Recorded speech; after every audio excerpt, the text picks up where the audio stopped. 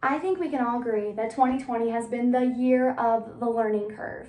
And while we've all been thrown a brand new deck of cards and been forced to learn how to play with them, I will be the first person to admit that I have definitely made mistakes this semester. And while it might be easy to be embarrassed by those mistakes and push them down and not want to talk about them, if there's anything that I've learned in 2020, it's that the best way to learn and to grow from my mistakes is to share them with other people. So, I present to you all my 2020 online exam debacle, the issue and the steps I took to grow from it.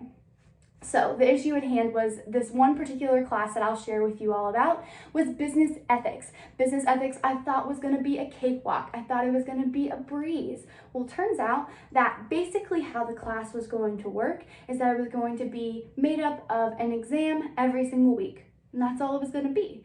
And not only was this exam online, but it was going to be open book and open note.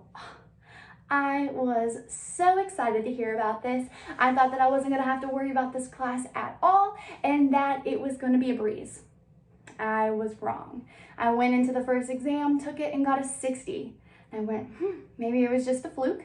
And so I went and took the next exam and I got a 60 on it as well. Went, okay, I'll try it one more time. And I took the next one. I did a little bit better. I got a 65. This is when I realized I had a mistake. And this is when we roll into the steps that I took to fix my mistake. And the first step to fix mistakes in online exams is to assess yourself and to realize that either you're meeting your benchmark or you're not meeting your benchmark. If you're meeting your benchmark, good for you, awesome, keep chugging along, you're gonna do great in that semester. If you're not meeting your benchmark, that is where I was too. And I realized that I was disappointed in the grade that I was making and that if I wanted to get the grade that I wanted at the end of the semester, I really needed to start to turn things around. The second thing that I recommend you guys do, because it's what I did as well, is that I scheduled time to meet with my professor. The class in question that I'm talking about was an asynchronous class, which meant that I wasn't meeting with my professor regularly. I think this is something that I was really missing out on as a student and something that I needed. And so actually having that meeting with him knowing who I was, and me meeting him as well, really helped to clear up a lot of things and a lot of confusion that I had regarding the class and regarding how the exams are going to work. And I think that that's something that really helped me moving forward.